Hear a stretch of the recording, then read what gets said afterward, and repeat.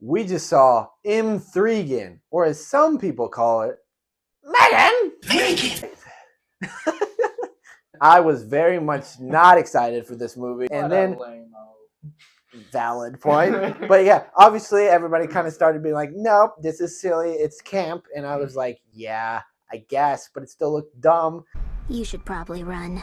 But then I saw it because I had a stupid day yesterday and I was like, let's go see this movie where this doll is absolutely insane. So I saw it.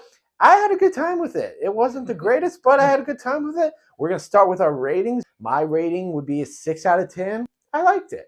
I'd go a 7. I had a good time. I'll go an 8 out of 10. I thought it was hilarious. It really is. You have to wait a minute for Megan to cook, but when she starts cooking, it's a ball. A lot like Avatar 2. You know, the last bit is just very strong. Megan has better reviews, I should throw out.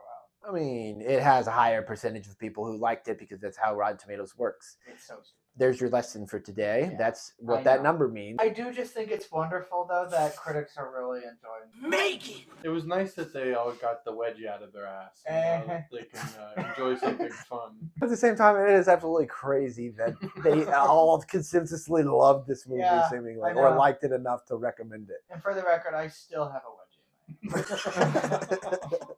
And I had a good time. Megan. She will remove it. Someone better put that on the poster. She would, if she senses like danger or discomfort. Megan to the rescue. If it affected Katie at all, you would be This movie, I thought one of the things I liked about it is it does a really good job with the effect, actually. Maybe in the normal world, it would come off as cheap and schlocky, but they did a pretty good job on the production of this. It looks pretty realistic. It looks like it would be a toy, and it's creepy, and it works as a villain, too, in a movie, because it doesn't come off as janky. I think what Trevor probably really enjoyed about it, seemingly, was the way that her persona kind of just absolutely just gets fleshed out, and she just becomes a sarcastic little girl who just talks like, this is how I talk, because I'm a doll. And she just gets kind of funnier the more she learns, and she gets really witty. That's what it seemed like. By the end, she's like, I thought we were having a conversation. Honestly, she's kind of like you.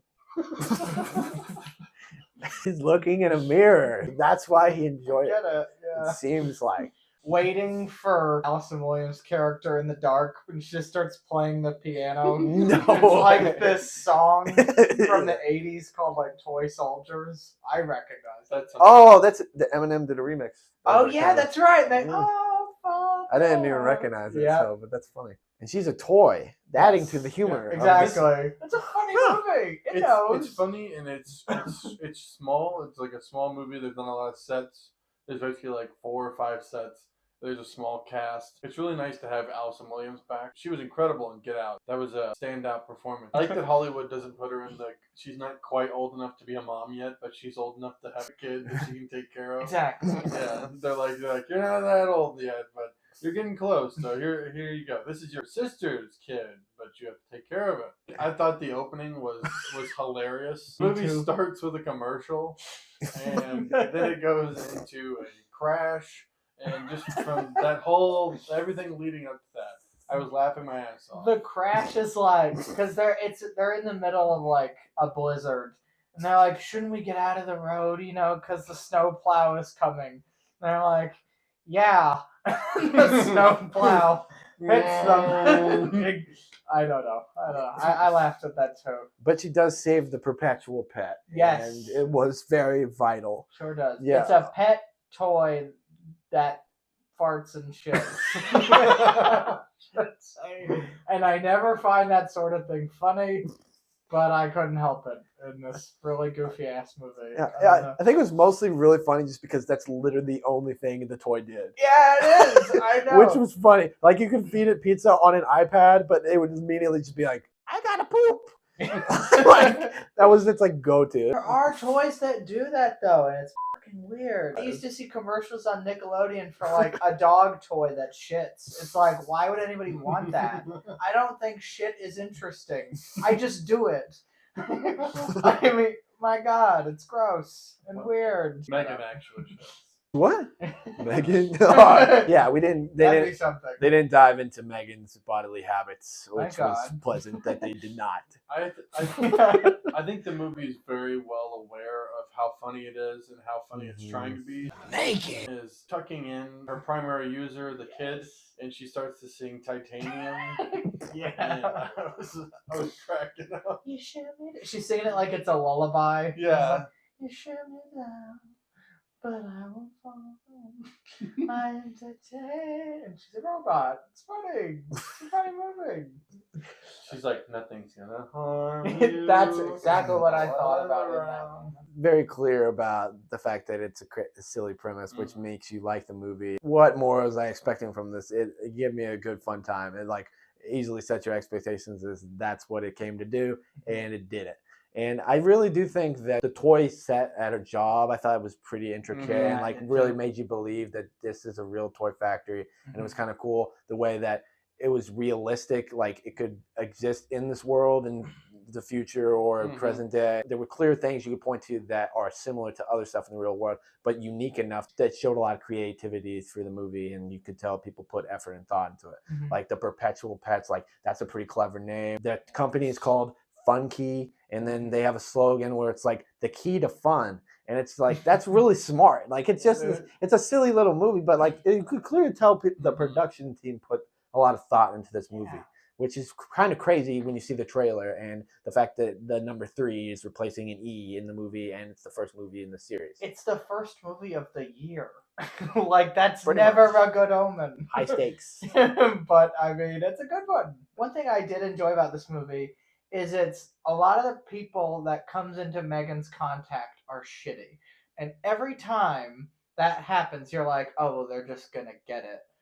And then you just kind of wait for it to happen. It's usually done in like this fun way that isn't like blood splattering off the screen. And like, I do kind of wish there was more of the gore element, but I do think that the PG-13 doesn't necessarily hinder the movie. Like, there's still some pretty graphic, interesting, violent stuff. For sure. By the fact that it's not a straight R movie, it doesn't easily get compared to Chucky as much as it will inevitably be. The PG-13 maybe was the good call, because, I mean, I don't know. I read today that there is like a far more graphic cut of this out there, which I'd be curious to see it, but also I thought it worked well on its own. And normally when I see a horror movie or a PG-13, I just kind of roll my eyes, but I thought this one worked. It was kooky enough to get by. With a lot of these types of movies, you could get easily annoyed with the doll, the killer, the secret person that's killing everyone and doing all this stuff. You can get annoyed with them.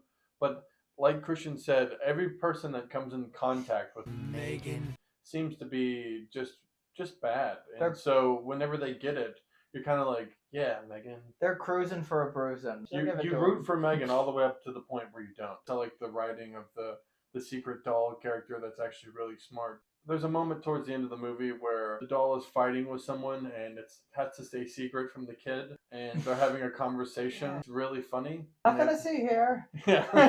Like, it couldn't be more obvious. They're like smashing each other's heads on the table, and it's like, it's all right. It's okay. God. Goes back to bed anyway. And I really liked the dynamic of the character itself. Like, it could have just easily been, I'm an evil doll. And it formed like a realistic kind of relationship with the little girl that kind of made you feel like, oh, this is kind of saying something about our culture and how we process relationships now, and just in general with how online people are, and how people kind of look for the easy way out in terms of interacting with people and like actually living life kind of, and like just out of convenience. It's like, oh, this robot, She sure does.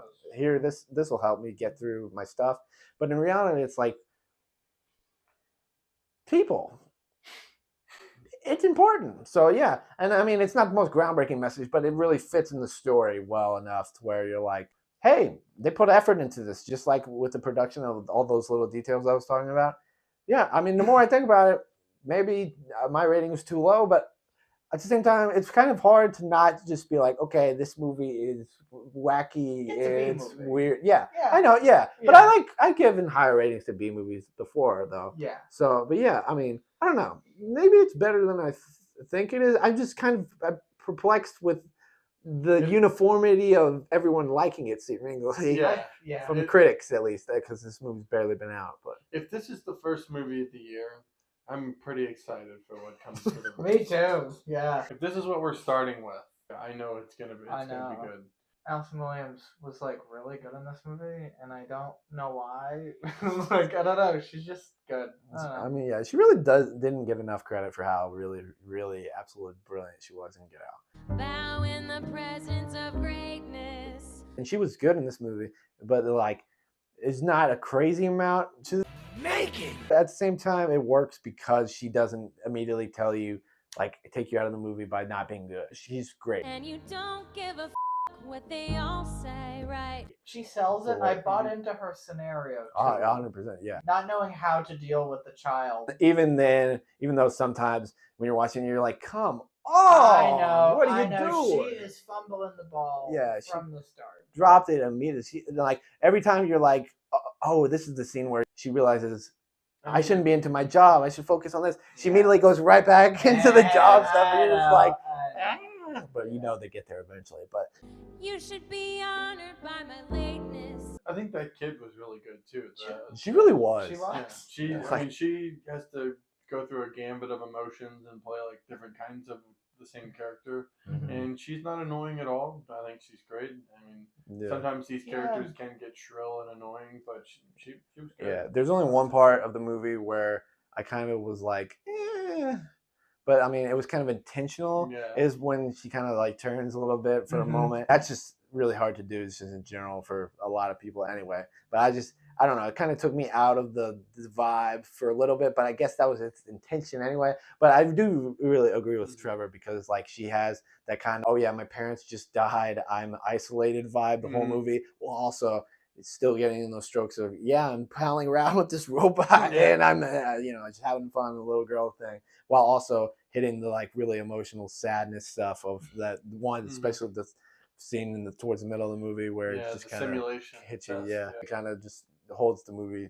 kind of together even more, just because there's like some actual real stakes and it doesn't go the way you think it's going to go necessarily, even though they do kind of set it up the scene before a little bit, but you don't think they're going to go as hard as it does there. You made her cry. Yeah. I didn't. That wasn't my intention. Yeah. But yet she still did. There's also one thing that they clearly set up at the beginning of the movie where you're like, if they don't use this again at the end when they inevitably have to like take her down, then they are doing this wrong. And they didn't fail. I knew it. I knew they were going to bring it back, and I was pleasantly pleased when they did and in the way they did, because in the way they did was kind of more creative than people will probably give it credit for. But I really enjoyed it. It was a nice little flip of it should come back, but you don't know if it is necessarily. But the way they do it, I thought it was pretty damn cool. Anyway, that's what we thought of Megan. If you liked this video, hit the like button if you enjoyed us talking about this. We have other videos where we talk about movies. You can subscribe if you want more of that action. Let us know what you thought about Megan. That'd be cool. Put that in the comments down below. And let us know if you're interested in seeing the movie Megan. It's a movie. Go see it if you want. It's fun. That I would even show up to this fake shit. So go ahead, go nuts, go ape shit. Megan!